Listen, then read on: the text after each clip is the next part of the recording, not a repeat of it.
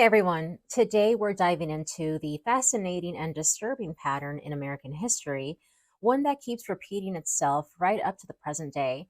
It's a story of progress and the powerful forces that fight to reverse it and successfully set us back every time. Stay tuned to understand how American society maintains a state of homeostasis while claiming to be post racial.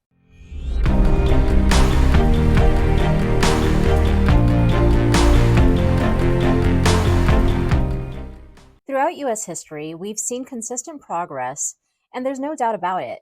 But here's the thing, it's never been a smooth ride. And every time society takes a step forward, there's an immediate push to return to what many have considered and still consider to be the natural order.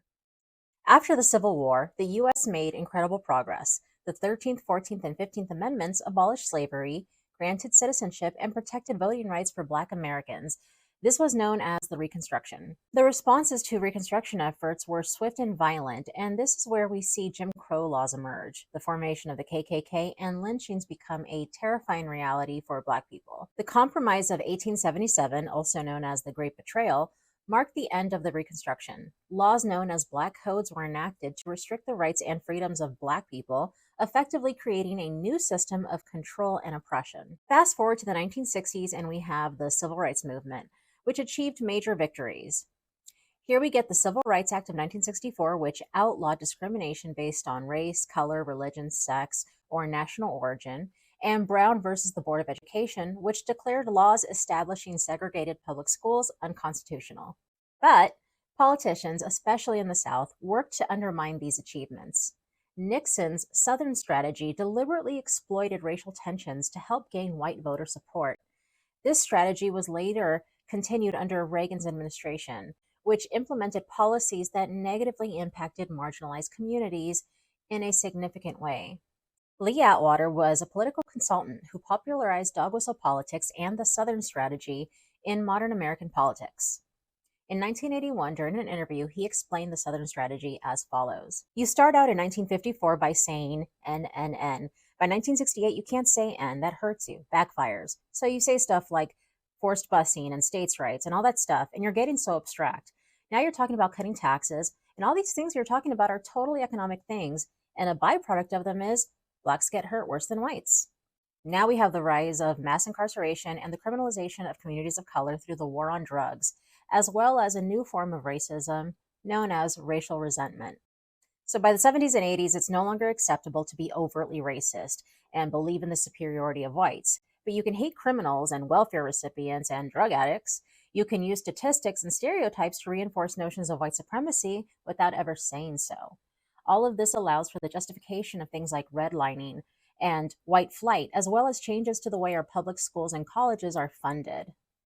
In 2008, the United States elected its first Black president, a historic moment that seemed to signal a new era of racial progress despite being marred by incidents like the birther campaign led by Donald Trump, which falsely claimed that President elect Barack Obama was born in Kenya. Obama's presidency faced fierce opposition and was followed by a dramatic surge in white nationalism and Trump, who promised to return America to an idealized past. Since Obama's time in office ended, we've seen a dramatic social and political shift in the United States. A resurgence of xenophobic and racist rhetoric has emerged, with some politicians stoking fears about immigration and promoting harmful stereotypes. This has been accompanied by calls for mass deportations and the spread of Great Replacement conspiracy theories that claim demographic changes threaten white Americans. We've witnessed the overturning of Roe versus Wade, diminishing reproductive rights that had been protected for decades. There's been a wave of legislation targeting LGBTQ plus rights and protections across various states. There's also been growing pushback against women who prioritize careers over traditional family roles, reflecting a broader conservative backlash against social progress.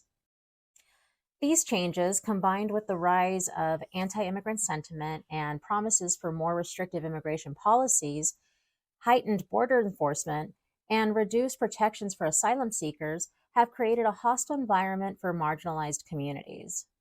All of these developments demonstrate the pattern of resistance to social progress that has characterized American history, showing how periods of advancement are followed by powerful pushback aimed at restoring traditional social hierarchies.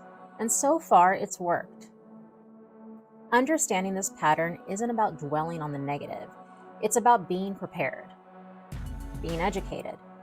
When we recognize this cycle of progress and resistance, we can better strategize and prepare for the pushback that inevitably follows change. Seeing this pattern and understanding what was done historically allows us to understand when history is being repeated. It's not simply a criticism of white people. But please remember, while progress often faces resistance, each step forward creates a foundation for future advancement. The key is staying vigilant and continuing to push forward, even in the face of opposition and adversity. Thanks for watching.